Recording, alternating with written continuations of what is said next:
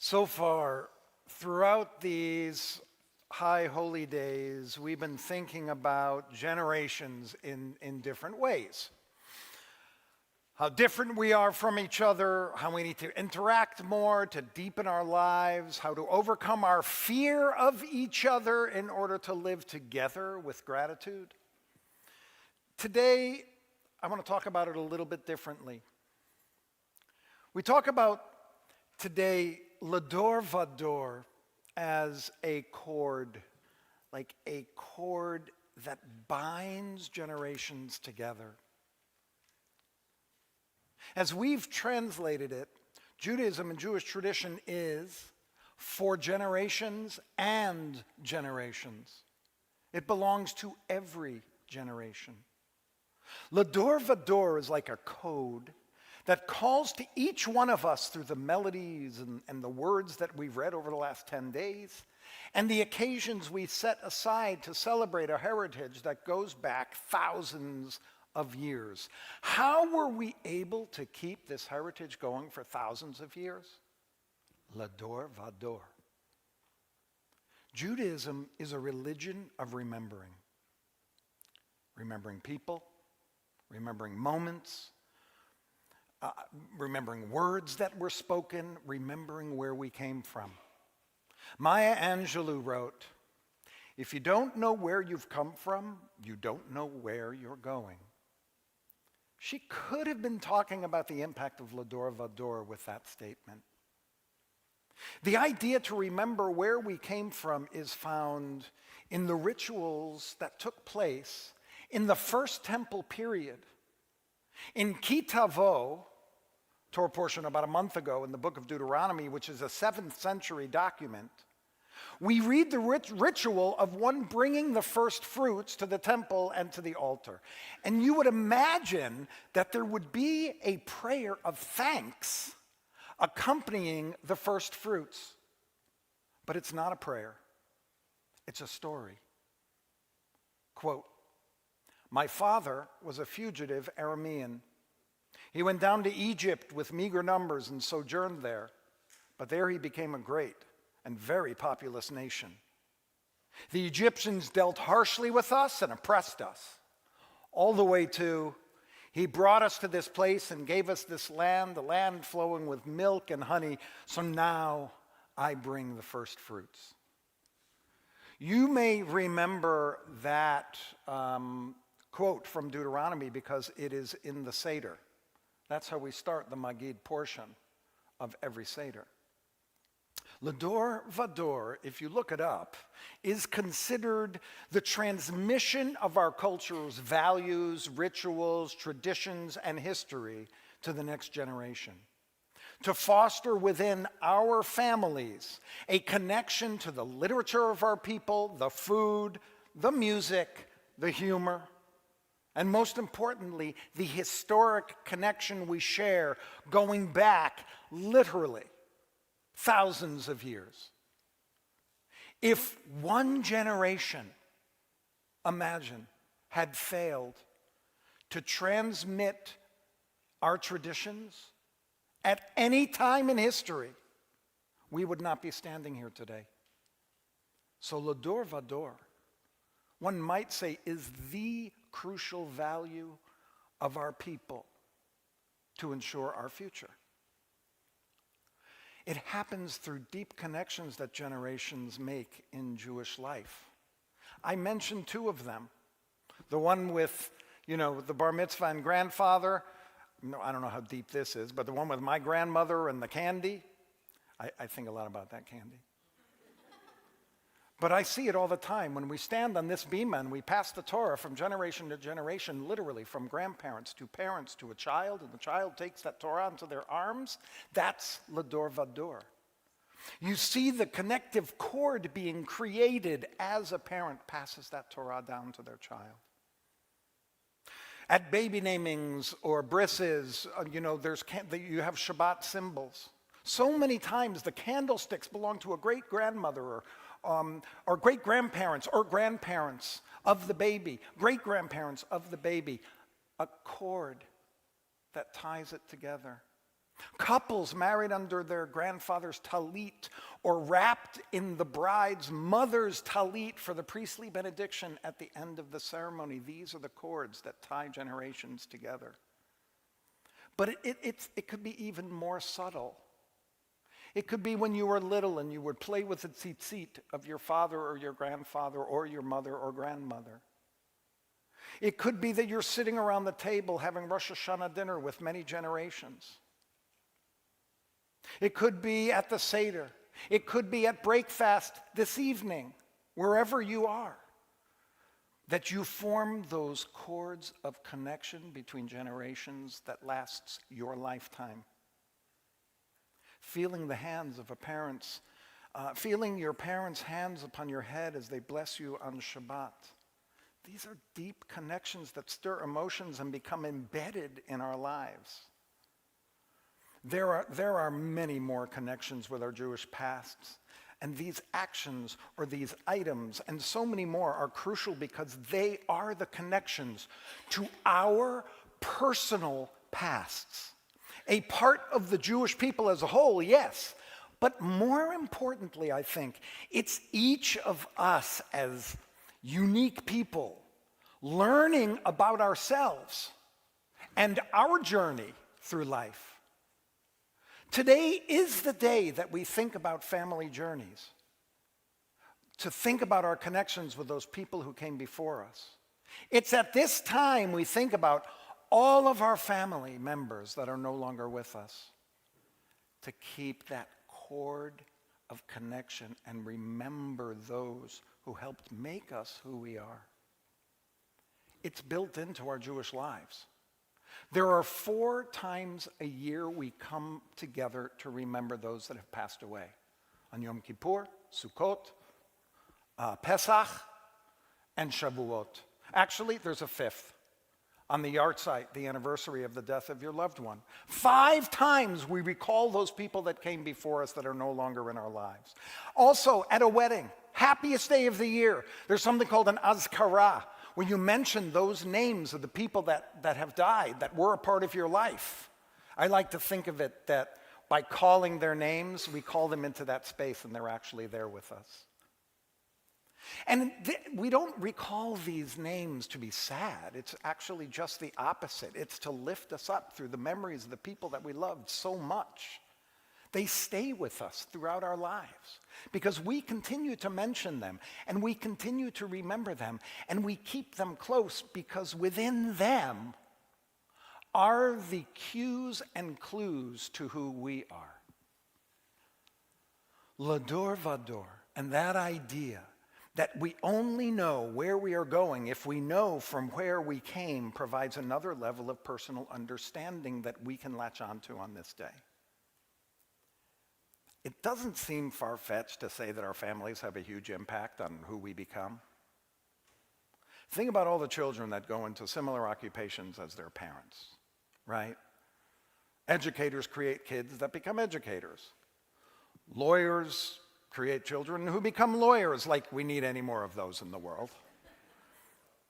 Ball players beget ball players, and so on. And for those of you who are thinking, who are going to blow up Twitter and be like, wait a minute, I don't do anything my family did, you're right.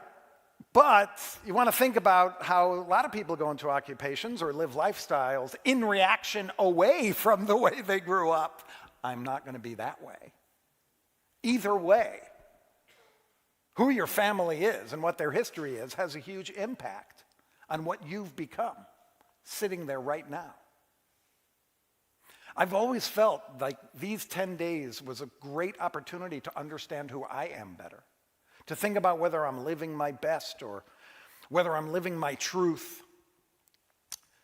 When we read Ki Tavo this year, and I read that my father was a wandering Aramean, the idea that we express our gratitude by telling the story of our ancestors' past, I had a personal revelation about this. My present and future has already been shaped by the past. Not my past, but my parents and my grandparents and my great-grandparents and people that I have no idea even ever existed. And I'm standing before you today because of them, even if I never knew any of them. There have been times in the decades that I've been here that I've questioned, why would I become a rabbi? Why would I do this? Why would I devote my life to this? Why would I pursue this? And then there were reminders of my family history that appear. And last month, when I read about that wandering Aramean, it reminded me of a story that happened that I had totally forgotten about. The story is about my Uncle Sam, who ran into a woman in Maine in 2008. It's kind of a story about him. It's really a story about that woman. He ran into this person while he was a visiting lecturer at some small college up in Maine. And she came up to him and told him that she grew up in Worcester, Massachusetts, and went to the same temple that he went to, Temple Emmanuel. Now, Temple Emmanuel was where my Uncle Sam and my mother Mariana's father was the cantor. And she told him that she had just finished a class on how to write memoirs, and that she finished her memoir and there's one section that my uncle should read. About a week later, he received an 8-page single-spaced document from this woman. He was like, "Oi, 8 pages. I have to read all of that." But he did read it. And he sent it to my mother, and my mother sent it to me, and it stayed in my desk for 2 weeks. Then my mother started bugging me about it. I'm like, "Okay, I'll read it." And it was transformational. My grandfather, as I mentioned before, was a cantor in Worcester, Massachusetts, but before that he was a cantor in Mannheim, Germany. And second time I've mentioned Kristallnacht today. Right after Kristallnacht, he got my mother's family out. They came to the United States, first settled in New York, and then he got a job in Worcester, Massachusetts as the cantor there at Temple Emmanuel. I worked at Emmanuel actually in my college days. I was the song leader there, and I used to actually be on the same bima that my grandfather sang Kol Nidre so many times. I always visited the portrait in the clergy suite. They had a clergy suite. I'd like to point that out.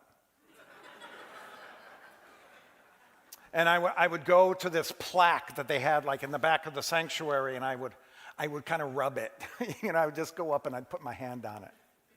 My grandfather died about 11 months before my eldest brother was born, so none of us ever knew him personally. But I do have this. This was his Bible. It's from 1928. And every once in a while, I look through it, and you can see there's German words, there's Hebrew words on here. Love the book of Jeremiah. There's a lot of notes in there on Jeremiah. And I just keep this on my desk. It's a reminder of who I am and where I came from. So back to the memoir. So this woman began to describe her feelings about the new immigrants that came to America in the 30s and the 40s, and how they influenced her, and there was an entire section on my grandfather, Cantor Hugo Chaim Adler, and how he tried to teach them all Hebrew, and he would say, ach, say it correctly, ach. She described a song that they wrote for him and that he really wanted her to be in his choir. She didn't do it. And at the time, didn't quite understand why everyone said he was such a genius. Later in life, she had her own family. And as an adult, she came to appreciate his singing voice and his musicality and, of course, the choirs that he led. Her last paragraph was about a time that she and her husband were looking to live in England for about 4 months because he had work there. And they went looking for a flat to lease, and they came across a room being let in some woman's house, and they loved the place and said they wanted to rent it for 4 months, and the woman was like, "Oh, I'm so sorry, I can't rent it to you for 4 months. We could only rent it out for a year." They shook hands, said goodbye. She starts heading out the door, and she glances and sees a piano in that front room where they were, and she looks on the piano and she goes, "Oh my God. That music, that's Cantor Adler. How do you know Cantor Adler?" And the Englishwoman said to her, "Well, I've known his music for years. I'm not going to try a British accent, I'm sorry. But, he was a genius, and he was such a nice man, and my family knew him. So the two of them sat down, had tea, talked about my grandfather, and she got the place for 4 months.